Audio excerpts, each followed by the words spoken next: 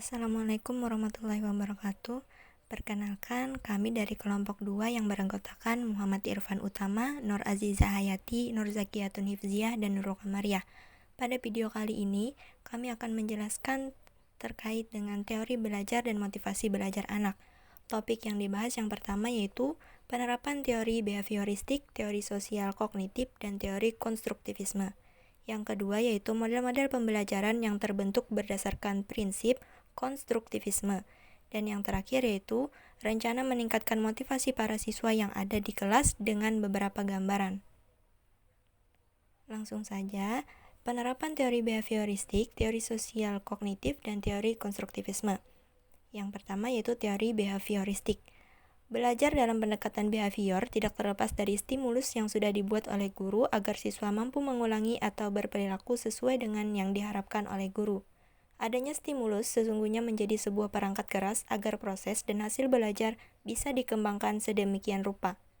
Namun, tetap berada dalam konteks tujuan pembelajaran. Penerapan teori belajar behavioristik dalam proses pembelajaran di kelas yang pertama yaitu guru menyusun bahan ajar secara lengkap. Yang kedua, guru banyak memberikan contoh berupa instruksi selama mengajar. 3. Jika ada kesalahan materi atau pada siswa, maka segera diperbaiki oleh guru. Yang keempat, guru memberikan banyak drilling dan latihan. Yang kelima, evaluasi berdasarkan perilaku yang terlihat. Dan yang keenam, yaitu guru dituntut memiliki kemampuan memberikan penguatan. Selanjutnya adalah teori sosial kognitif. Sosial kognitif merupakan teori yang mengatakan bahwa manusia mempunyai kemampuan berpikir dan mengatur tingkah lakunya sendiri.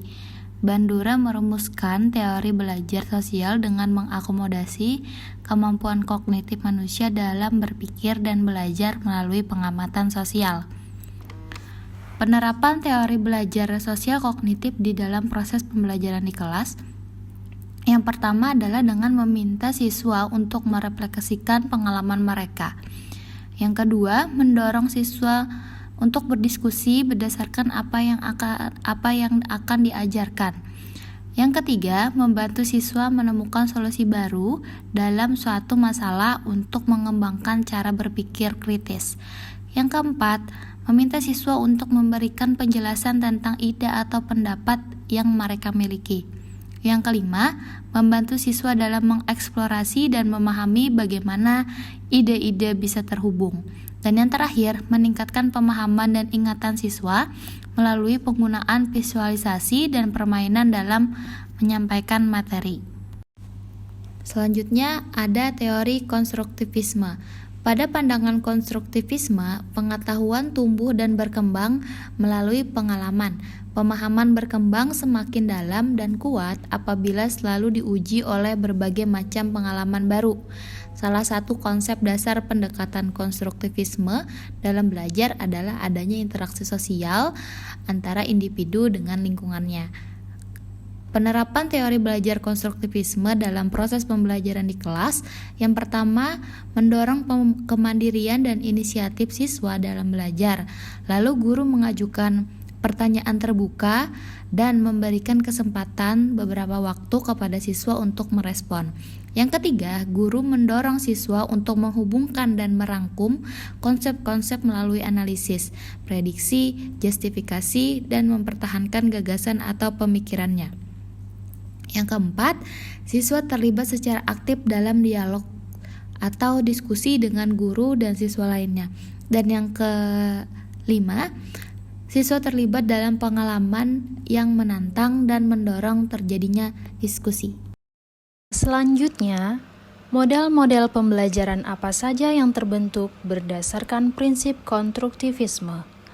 Yang pertama, ada model contextual teaching learning.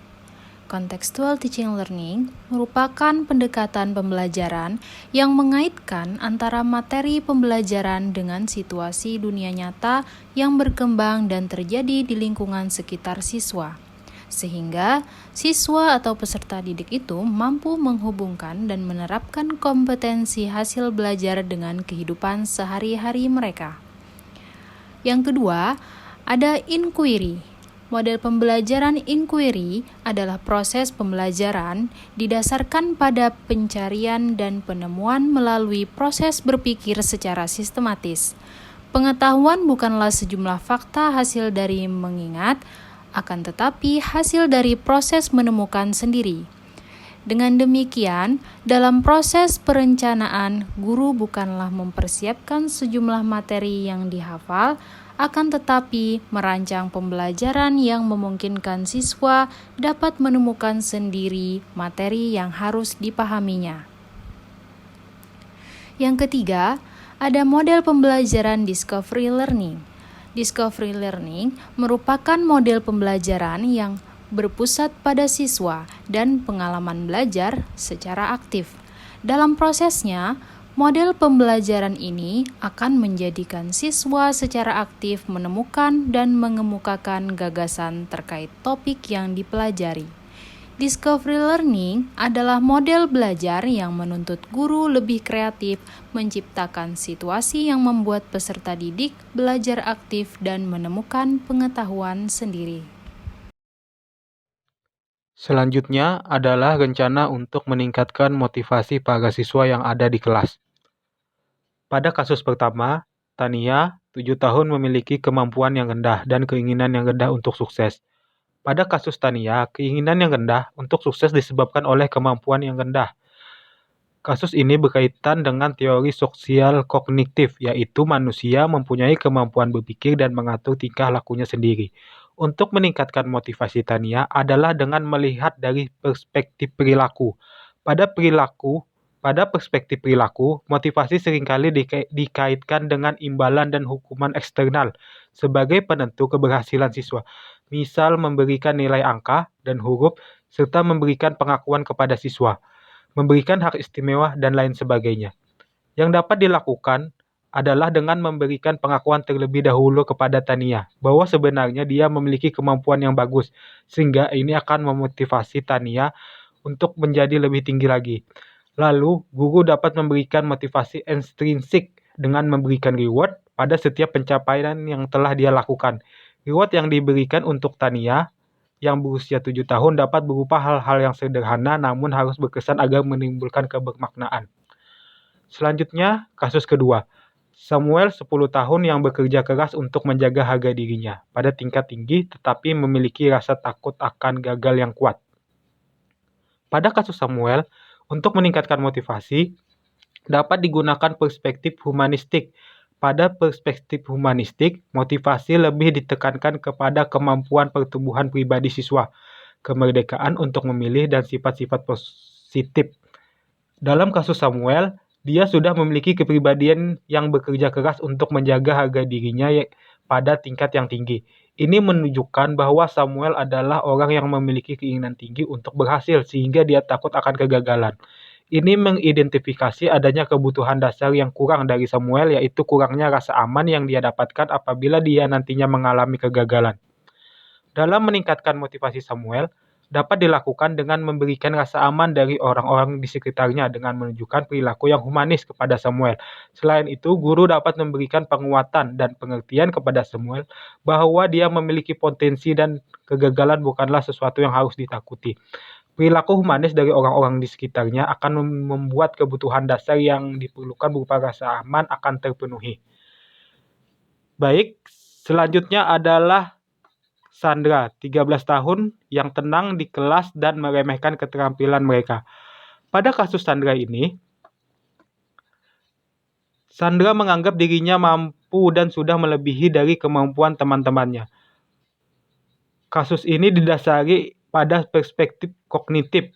Pada perspektif kognitif, motivasi muncul karena adanya pemikiran dari setiap individu. Jika perspektif perilaku lebih menekankan pada insentif eksternal, maka dalam perspektif kognitif tekanan dari eksternal tidak perlu terlalu ditonjolkan. Sandra sudah merasa dirinya mampu, perlu diberikan tanggung jawab baru atau kesempatan-kesempatan yang baru yang membuat dia lebih tertantang. Dalam pembelajaran, guru dapat memberikan pengayaan atau tugas-tugas yang baru yang belum pernah dia lakukan. Selain itu, dapat memberikan motivasi Sandra untuk mempertahankan prestasi-prestasi yang pernah dia raih. Melakukan pembelajaran tutor teman sebaya dengan Sandra sebagai anak yang mengajari teman lainnya.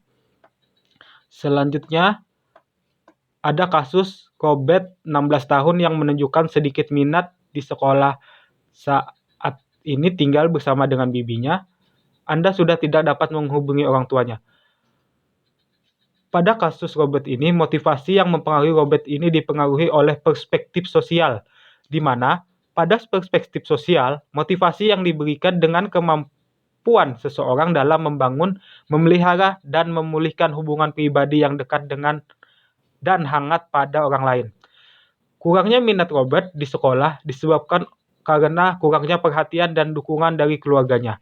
Agar dapat meningkatkan minat Robert di sekolah adalah dengan mencoba mencari tahu terlebih dahulu permasalahan yang terjadi. Guru dapat melakukan komunikasi langsung untuk melakukan konseling kepada Robert. Apabila kurangnya minat anak disebabkan oleh kurang baiknya hubungan personal antara anak dengan keluarganya, yaitu bibinya, guru dapat memberikan bimbingan dengan mempertemukan Robert dengan bibinya untuk menjadi penengah agar dapat memulihkan hubungan Robert dengan keluarganya. Baik, itu saja dari kami.